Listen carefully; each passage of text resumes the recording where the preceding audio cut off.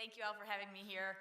I'm going to take the time to go over some of the barriers, including solutions, to what we face for instituting a curriculum and training in robotics for our residents. Again, we're supposed to count to 7 seconds as you guys see this. I do work for Intuitive both as a consultant and a site visit as well. So I want to know who in the room has instituted a robotic curriculum at your institution.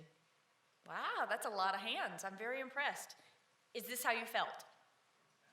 Yeah, pretty much. I'm going to hopefully walk away with some tips and tricks that'll make you not feel like this if you don't have one yet.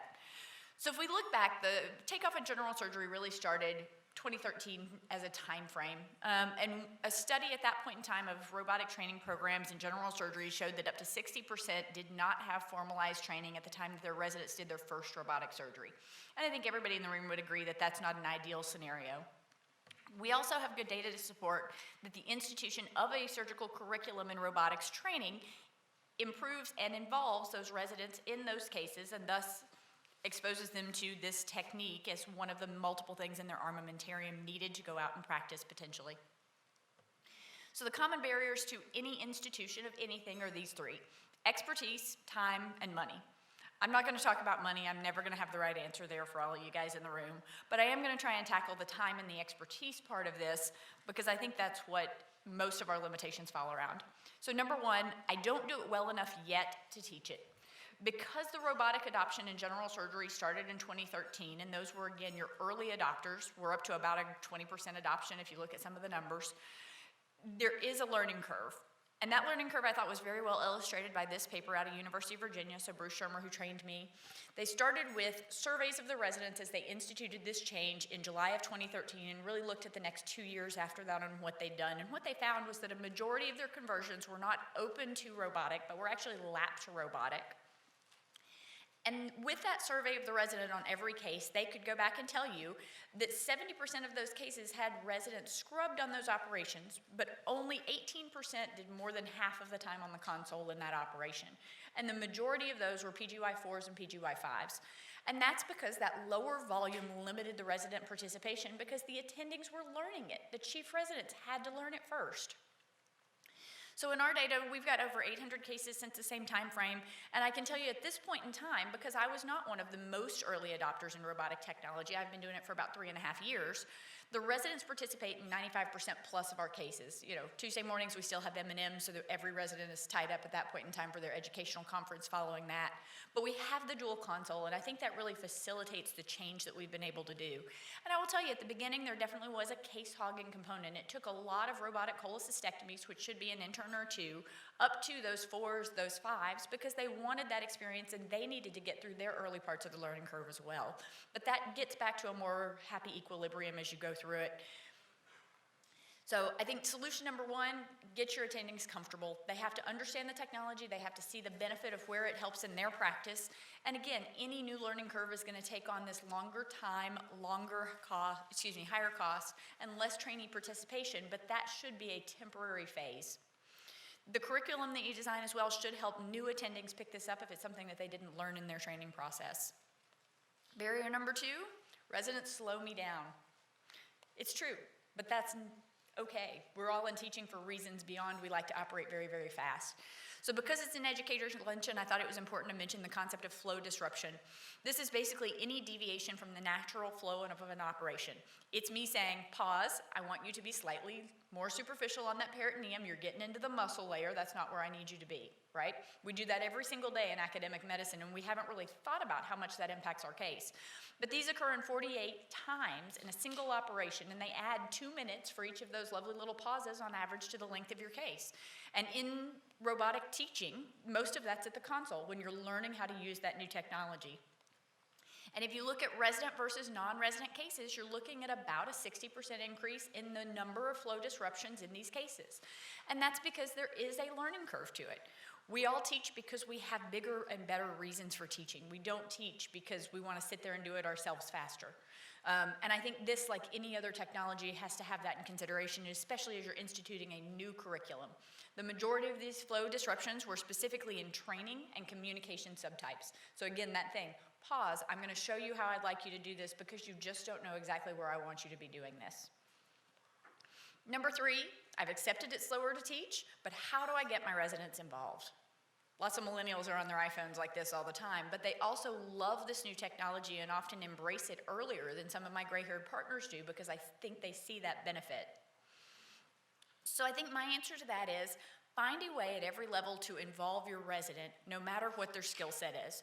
So my example is something like a ventral hernia. The first time they come into the operating room for a ventral hernia, I'm presuming that they've done their dry docking and I'm presuming that they've done their simulation lab. That's not always true, but that should be the case.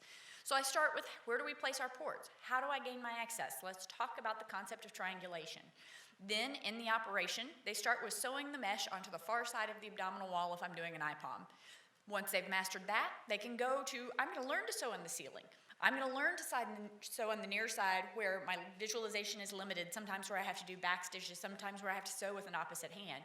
But they're not going to walk in, even if they can do this case very, very well laparoscopically, and be able to do that on day one. So you've got to set those progressive goals. And at least in my OR, they get 15 minutes, and they can watch during their 1-month rotation because the first 15-minute interval, they don't make great progress. They're not supposed to. They haven't done it in real life yet. But every time they get 15 minutes, they get to watch themselves make better steps, make further progression, and move through all of these stages of the operation so that by the end of the month, they're very comfortable with that. And again, if you've got residents in training and you have access to simulation, you've got these dry dock labs, you've got things like that, hold them accountable for those actions. Number 4, I don't know what to put into my robotics curriculum. And I will tell you, I feel kind of in a shadow because there are plenty of people in this room who have done this way better than I and whose information I have learned from as we've started at University of Tennessee. So number 1, don't reinvent the wheel. There are 60% of general surgery programs who have some type of a curriculum already in place for robotic training, and 20% are ready to do it. So for those in that 20% that are ready to institute that, don't go back to the very beginning of this learning curve. The other thing I like to point out is compared to that 2013 study, this 2019 study says that 84% of the residents are on the console doing cases, which I think shows you that a lot of those attendings have now overcome that learning curve and are able to teach this. The resources that you've got available at your fingers for instituting this are huge and expansive. And I think, the 2 posters that you see here are both presentations from our SAGES submissions or in our abstracts here. You can pull that information. You can reach out through SAGES to be able to reach those people and ask them additional questions. You've got other things like the robotic surgery collaboration, which has been a very, very good source for me for very quick, instant answers. FRS exists. It is not the same as the fundamentals associated with SAGES, just to be clear on that part. And I think the other thing that I'd like to take a moment to talk about is our industry partners. So as Linda mentioned earlier, our intuitive partners are the ones here in the market currently with good established protocols. And the Intuitive's Catalyst program, actually need to give credit to Dr. Porterfield because that's how it all started. He got it set up at University of Alabama for his institution, and he did that so well that many other people who were struggling at the time said, can I come to his institution? Can I see how he's doing it?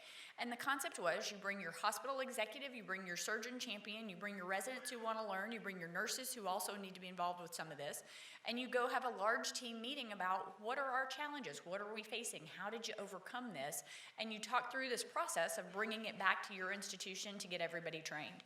And I think programs like that are amazing when you're ready to make that change. And because all of these wonderful resources exist, don't feel like you're alone, don't feel like you have to reinvent that wheel by yourself. This is our robotics curriculum. So again, it starts as a didactic learning. We do a Saturday morning session for 3 hours. We go into the OR when no one's there. We pull out our box trainers. They learn the concept of what is, the distance you'd like. That was particularly more on the 3rd generation, the SI system, as compared to the XI and 4th generation technology. What's your distance? How far do you reach? What happens when your arms bump? Kind of all of those things that you just have to think about before you ever get to a human.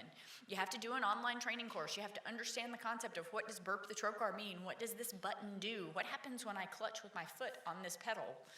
You also then have to go through that hands-on course of going, playing, doing. We do a case observation after that to see what are the things that you can now say, I've learned this in the lab, here's what I would like to learn from a clinical perspective, here's my clinical application. Then we go back to the sim lab and start working on those things. Simple things like sewing, simple things like dissection, It's not as much about learning the operation as learning to use the technology in the way that our curriculum is currently designed. And that's when you move into the intraoperative learning phase. And that involves both learning all of those lovely bedside assisting, learning all of the tricks, and then moving up to the console with, again, limited steps, being able to learn it step by step, but progress through that operation to complete autonomy. And then you go back to the ongoing skills and maintenance. And I think that's worked very well for our group. So again, happy to take questions at the end. These are all of my residents, and they're the reason I do it. Thank you.